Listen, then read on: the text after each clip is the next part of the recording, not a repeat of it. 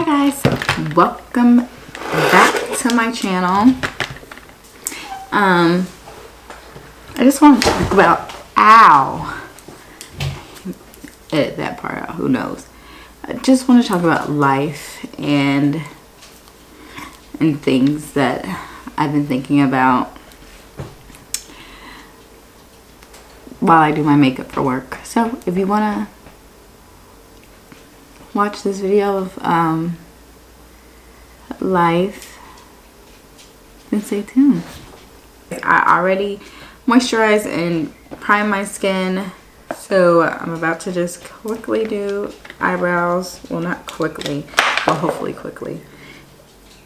I can't see, as everybody should all know, since you just saw me with glasses on, so please excuse me if it takes a hard time for me to see, or I'm squinting at you guys, so excuse me. I'm doing my brows with the Kat Von D brow pencil. Is one of my favorite. It's so smooth. I'm a little upset because one of my favorite people just moved back home. If you guys watch Catching Up with the Gossip, Alex moved back just for a little bit. Sorry, that's my dog. If you hear that, he's obviously eating something he shouldn't be eating to talk.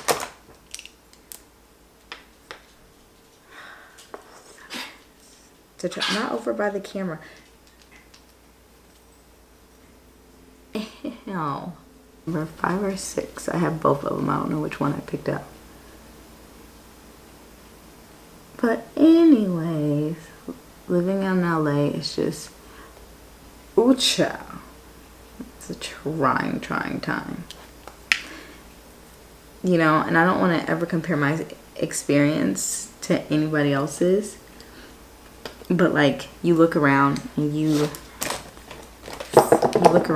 just see how other people succeed, like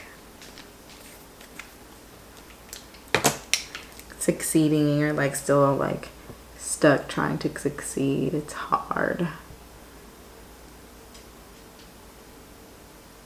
But I might have a more in-depth video about LA like a little bit later.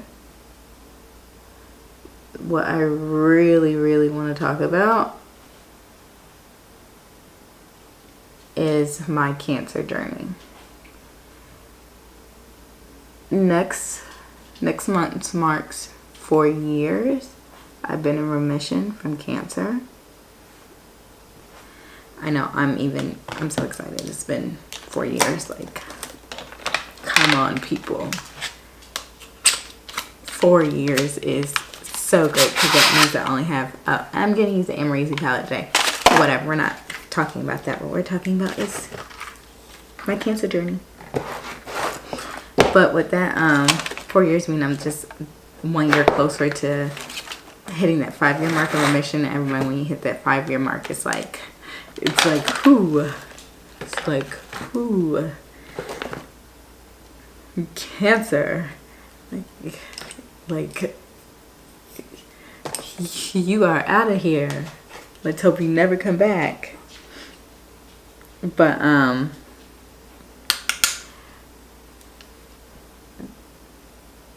so a lot of people always ask me, like, how did I find out about cervical cancer? Like, what were my symptoms and all that. And honestly, like,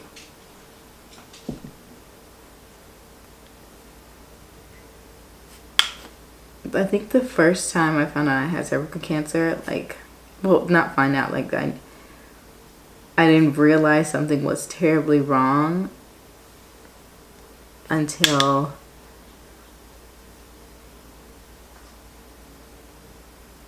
actually, okay, let's start at the beginning. So in January of 2015, I kept bleeding like crazy. And I was like, what is going on? Why am I bleeding? Like, I'm not on my period. Like, nothing's happening. Like, what is happening? So I kept bleeding like crazy. And I honestly, my period like I never knew when my period was coming or when it was going because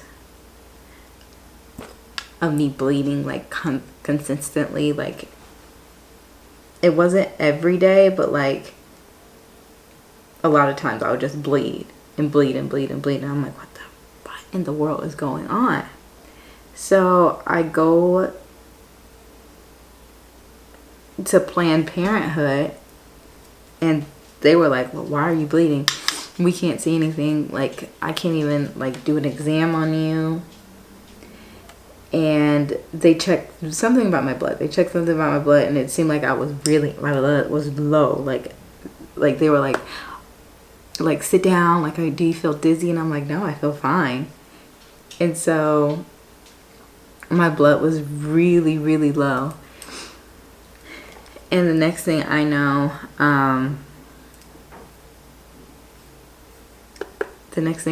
like they were like, we're gonna call the ambulance and you're gonna have to go to the the emergency room.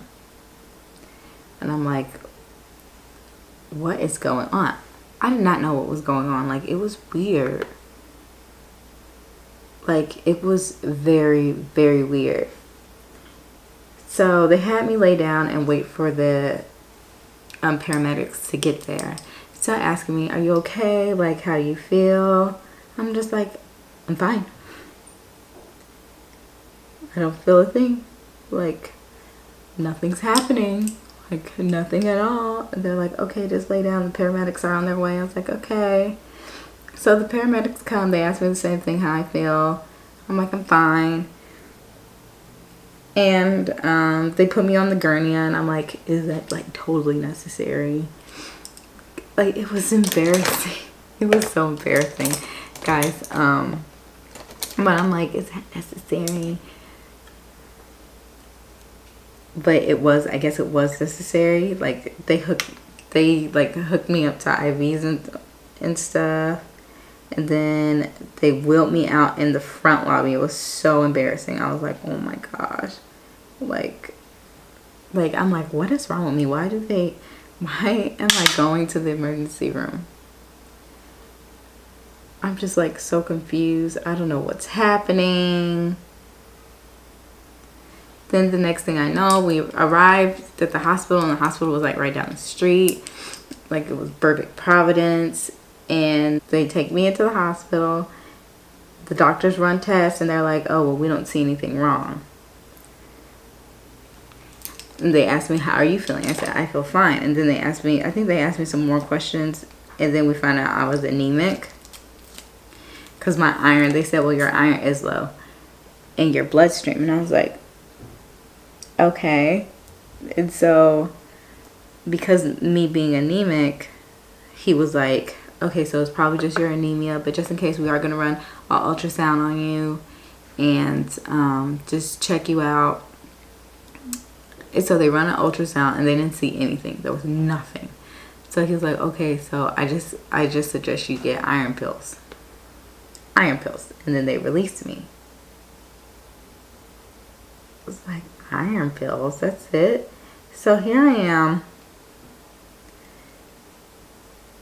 And here I am at home all the time. I was sleeping. I was fatigued like majority of the time, like 9 out of 10 of the time. And I would be like so grumpy because the apartment I was staying in a townhouse, and I had the master bedroom.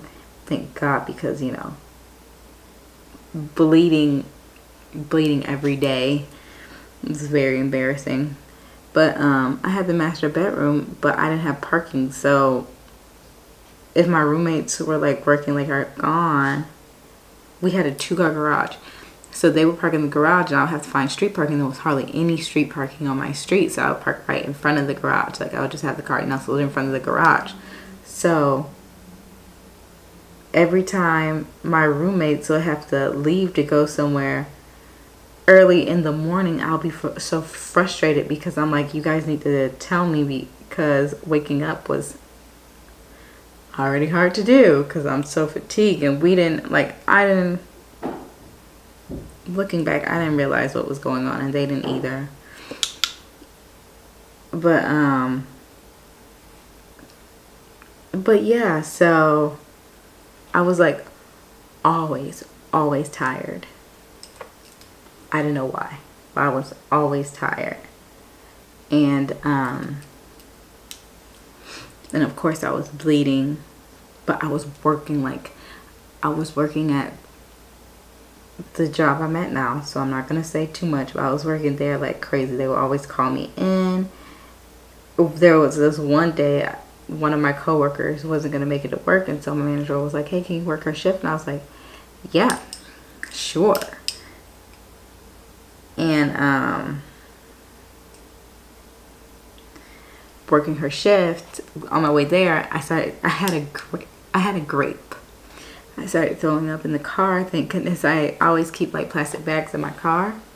But I started throwing up in the car and throwing up in the streets of Hollywood. And I'm like, what in the world is going on? And so, like, I get to work and I'm like, I'm so sorry, I can't even work today because I threw up in Hollywood. It was so embarrassing. I just want to go home. But I ended up having to go to the emergency room once again. I go to the same one because I'm still feeling the exact same way. I'm still bleeding. Nothing, like, it's still weird. And once again, they're like, it's your anemia. Take your iron pills. I'm like, what? Anemia? So,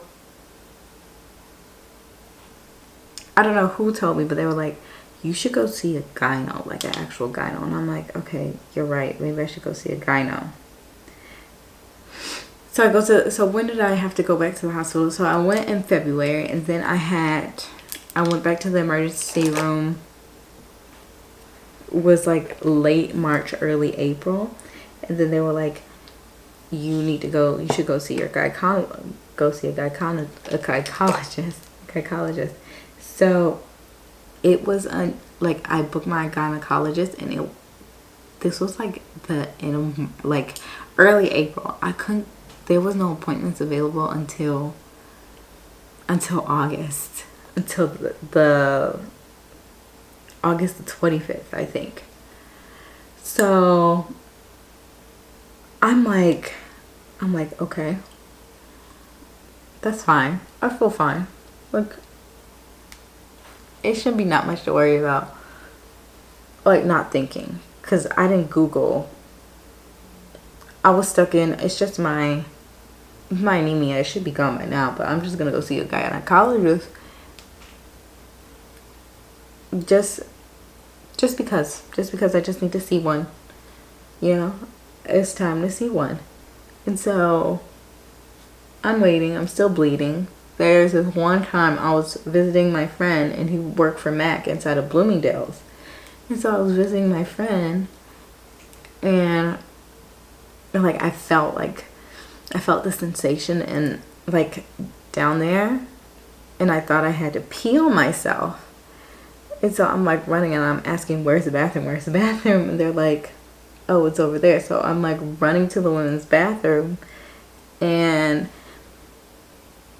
the next thing I know, I go down and use the bathroom. There's blood everywhere. I'm talking about there's like blood clot. Like I had like horrible blood clots.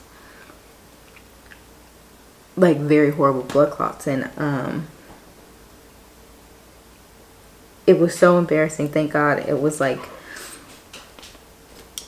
I think this had to be July when this happened. So it was like July, and the blood clots were like, when I went to go like clean myself, like blood was everywhere. So I'm like trying to clean up the bathroom too, because you know that's embarrassing. And I was taught better than to leave that much. It was disgusting behind. Like it was just blood and blood clots. It looked like a period just overflowed just too much. So finally my appointment comes around, and I take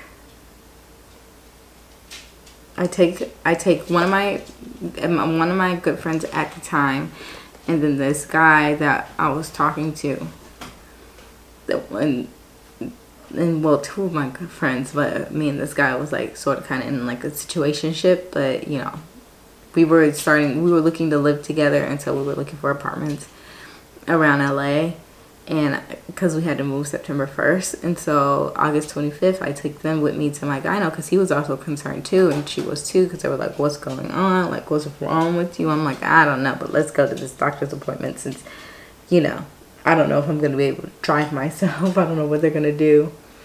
And so I go to the doctor's appointment, and my gyno, she was like, she just did one look, and then she was like, okay, I need you to go to this hospital, and I need you to go today. And she wrote down something, and I need you to give this to doctor, I forgot what doctor to give it to. I was like, okay. And so I get in the car, and we're like, okay, so we gotta go to this other hospital. The other hospital was like probably like 20 minutes away from where we were at. So we stopped and got some food, and then, well, something told me, read the paper. I saw CA as like almost like an abbreviation. I was like, oh my gosh, what happens if I have cervical cancer? And I don't know why I even said that. I was like, if I have cancer, and then on my way there I said, if I have cancer, guys, I'm not doing chemo. I'm not doing chemo at all. That's exactly what I said. Guys, if I have cancer, make sure I don't do chemo. You know, they're like, oh, you don't have cancer. Like, why would, like, stop saying that? I was like, okay, but I'm not doing chemo. Because the first thing that I was, like, concerned about was my hair. It's like, I'm not doing chemo. And I come up from a family, like, my family, like, my mom and dad are both from the South. So, like Alabama and Florida. So, when I saw that, the first thing that came to mind is, oh my gosh, my, like, hair is all we care about down there. Like, oh, a girl that has long hair, long silky hair. My hair was, like, very long, and it was very silky. If I have pictures, I will insert it. And I was natural. Like, I didn't have a perm in, like, I think I stopped getting perms in 2007. So I didn't do a big chop, but all my perm was basically out, because when I was getting perms, I would only get them twice a year. And then after that, I was like, I don't need perms anymore. Like, there's no point of even having perms. It's a waste of time, and it's a waste of money. So I was natural. My hair was long and it was silky. I could do it myself. Like, it was so easy for me to maintain my hair and do it. Whenever it was curly, it was just this loose curl, like 3C curl. So I was like, in my mind, I'm like, I have like the perfect hair. I'm not gonna do chemo. Like, they even talk about that is cancer. I'm not doing chemo, okay? I'm not doing it. So, yeah, that's the ignorant person that I was back then. So, we get to the hospital, go to the emergency room.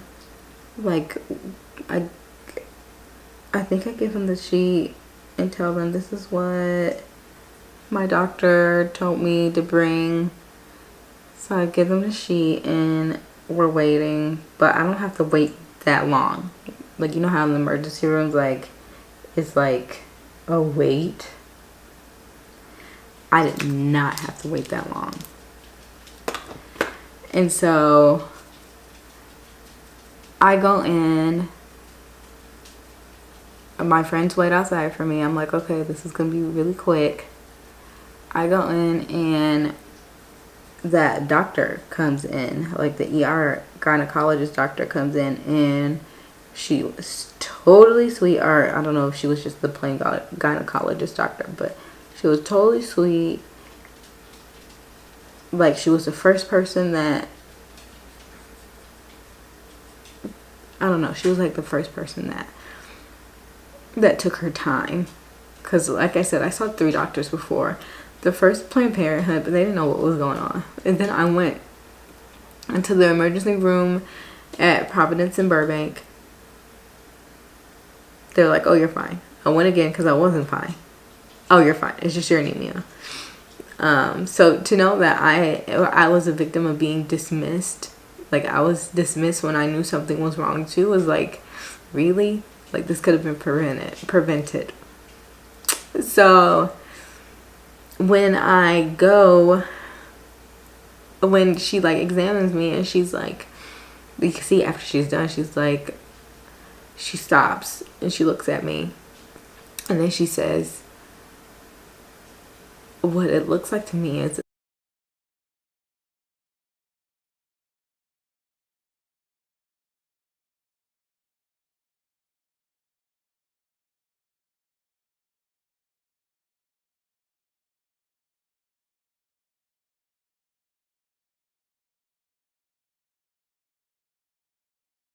looks like you might have cancer.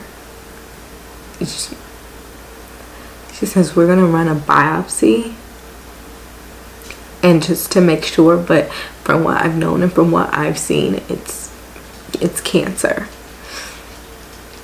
Oh, I was in shock. Like I couldn't even, like I was like laying on the bed like, what?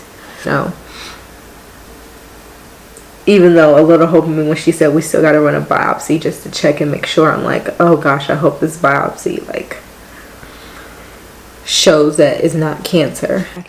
I think, well, when she scraped it out, it looked like a monster. And that's what, and from that moment forward, I was calling it the monster. She was like, she put it in a little, I guess, test tube, and she was like, we're just gonna double check and make sure, we're gonna see, but it looks like cancer. Ugh, why did I do my makeup trying to tell the story, trying to get ready for work? I am gonna cry because she asked me, she said, did you want your friends to come in here? Because they were keeping me overnight because I lost so much blood. They legit thought, they said I should have been dead. I lost too much blood. They said, you should be dead. We're surprised you're even standing right now. So she was like, do you want your friends to come in? I was like, yeah, please. And so they come in and she was like, but before they came in, she was like, do you want me to tell them? I was like, yeah, can you please tell them what it looks like to you? And she was like, yeah, no problem. So, oh, crap, I totally forgot my lighter powder, but you know what? I can't front about that. I don't really care. I'm just gonna use that. Anyways. And so,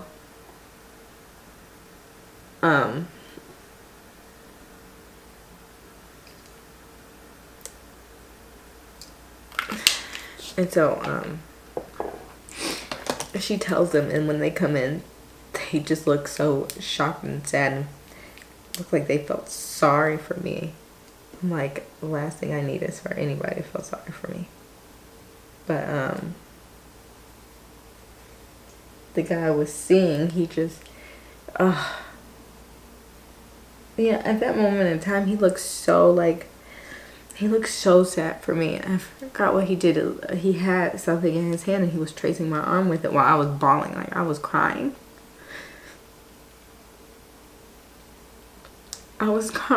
And my friend at the time, she was like, do you want me to call your mom? And I was like, yeah, please, can you please call my mom? Because I didn't have service. I didn't have service in the hospital, in the ER part, so she would have to go outside. So she goes out and calls my mom. And I'm just crying and I don't know what I could call him because I want to say his name. So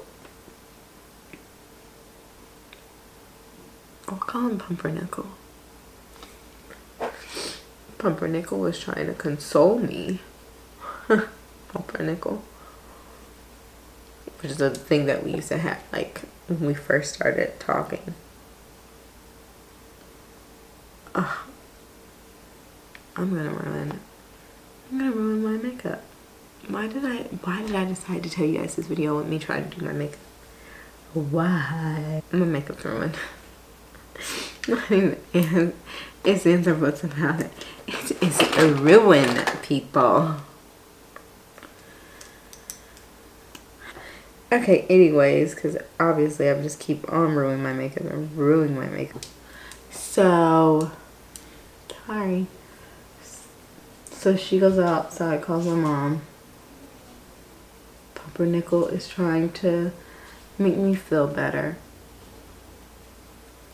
And they already told me that they were keeping me for the weekend. This was a Friday too. They already told me they were keeping me for the weekend, all day Saturday and all day Sunday. So I was like, oh my gosh. And Pumpernickel, I told him, can you just bring me some stuff up here? I was about to be in the hospital bed, like the hospital room, like bored. Like I had nothing but the clothes on my back. And so we drove my car. So I told him to take my car home and to get me some stuff. And then I was finally able to call my mom when I got into my hospital, like, bed. But my mom, like, I asked her to pray for me because there's something about her prayers that just comes, like, her prayers are just strong. And, like, she's a God-fearing woman, so my mom is just like, we're just gonna pray that that's not the case. We're not gonna pray that that's not the case. And she was like, let me know what they say. And keep in mind that I wasn't gonna have any results until Monday. And I believe they gave me blood transfusion. I had to have a blood transfusion. And I really didn't want a blood transfusion because of, you know, the stigma against blood transfusions, like bad blood, like HIV. Like I was so scared when I tell you, like, I was so scared. What was I saying before my camera did that? Oh yeah, Monday morning comes and I find out it's cancer. It's cervical cancer.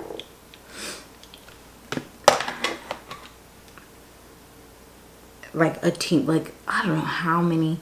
It was my main doctor, it was the big doctor, and then it was like all these like student doctors. They all came in my room. It was like, oh gosh, so embarrassing because my main doctor had to check me, and I'm like, I hate when they do this because I'm not a guinea pig. Like, this is so nice. Like, granted, I know you have to teach the other doctors, but like, when somebody finds out they're about to go through this very traumatic ordeal, like, they don't want, like, who wants to be a guinea pig?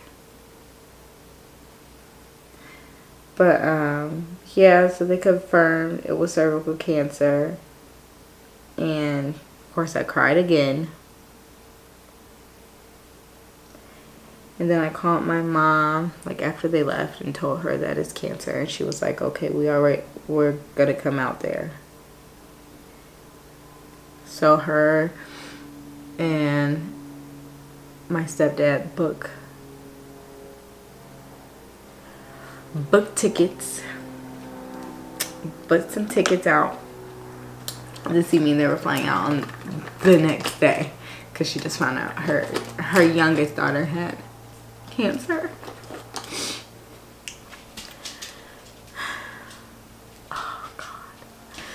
It was fun. She had cancer, so she was like, I'm coming out there. So they let me out of the hospital. Maybe not the next day. I don't know. I know my mom was there. Like, they let me out of the hospital, but I had to come. I had to go get imaging done, like, the next day. So Pumpernickel came and got me, and then my other friend that was with me, the next day we went to go get my imaging done, and it did show a large mass on my cervix. I forgot how big they said it was. It was like, I think they were like, it's like a golf ball or something, and it's sitting right on top of my cervix. And so, get that done. All I remember is getting my mom and my stepdad from the airport. And when I tell you, I got diagnosed, I believe it was the 25th. It was a Friday. It was the last Friday of August. And then we all had to, like, me and Pumpernickel had to move. Like, and we found an apartment, and we found it, like, right on time. And, like, I believe it was, like, the day before I got everything ready. But it was just moving. And I was moving to downtown LA from the valley. So it was a perfect time for my mom and my stepdad to come, because they were the ones that helped him move everything. And so we moved everything to downtown. Moved everything to downtown. And they won't let me lift a finger because, you know, I obviously was the damsel in distress with cancer. But after, I think the next day, because my mom was in town for like a whole week. She was in town until the start of my first chemo, my first radiation. And my doctor's like, we have to start treatment ASAP. Like, I wish if I would have known what I've known now, if I would have known then what I know now, there's a lot of different things I would have done. Like, I would have told them I would have told them certain things about about what I wanted, but I didn't know. The only thing that people were mainly concerned about was me surviving. That's the only thing people were mainly concerned about. And my mom said, do whatever is necessary to keep you here.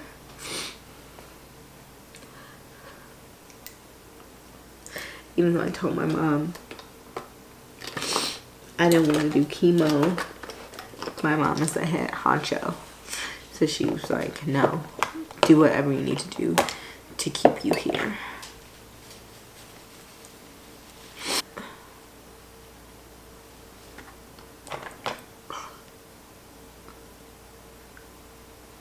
The makeup's gonna suck at work tonight. But you know what? That's why it helps the world go around. God, I wish I just known a little bit more like what I know now. Me and my mom, we went to go see my radiation doctor. So when my mom first came, we went to go see my cancer doctors, and they had a treatment plan already what they wanted for me. Radiation, first round of chemo. I forgot which chemo it was, but it wasn't going to be too abrasive. Like, I wasn't going to lose my hair. And I was like, I'm not going to lose my hair. And they're like, no, not with this chemo. And I was like, but we need to do the second chemo because your lymph nodes, my lymph nodes were swollen. So for that chemo, I had to do T'Challa.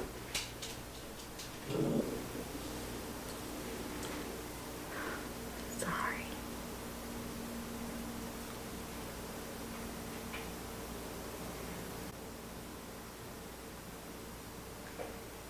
He's so annoying. You are really annoying, you know that?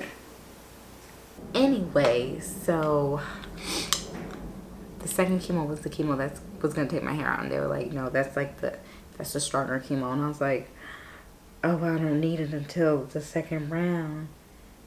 they're like, yeah, we're not gonna start you on that chemo until the second round. And I'm like, yes. Not like yes that I have to have it, but yes, they're not even gonna start me on it until later. So I'll have my hair a little bit longer.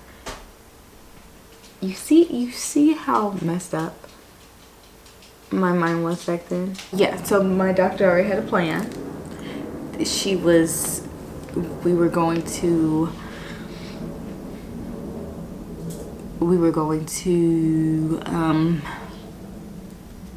do radiation and chemo, but at the first radiation was going to target my lymph nodes and the monster, and my first chemo was going to target the monster, because they didn't say anything about my lymph nodes.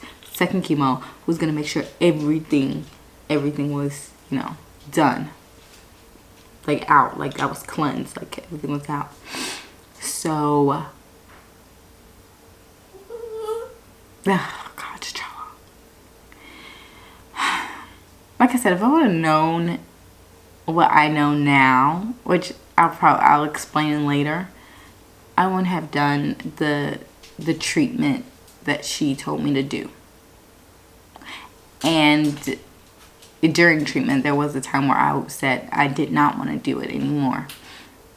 But I'm gonna have to stop right here because I don't want a long video. Like, I hope this video wasn't all over the place, but a lot of people have been asking me about this story and have been asking me how the symptoms that I had, and everybody's different, so you just never know. I just say, ladies, get checked out. If you feel like something's wrong, tell them no, take a second look, like really be assertive, because it's your body and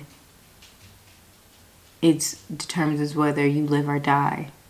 So, fight for you.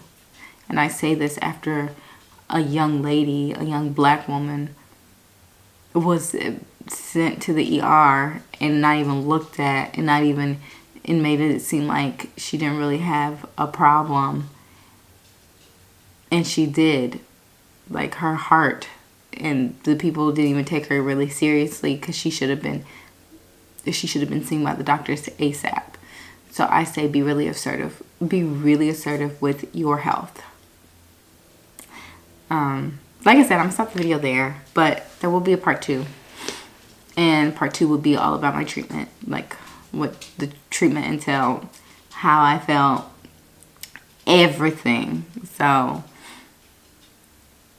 if you like this video, give it a thumbs up. If you have any questions, please leave it in the comments. I'll also leave my Instagram below where you could hit me in my DMs if you have any personal questions or any questions you want me to answer in the next videos about what I went through with my cancer. So just let me know. Thanks guys for watching this video. I can't wait to have more videos with you guys. You guys have a wonderful, wonderful day. And remember, treat today like it's your last. Thanks. Bye.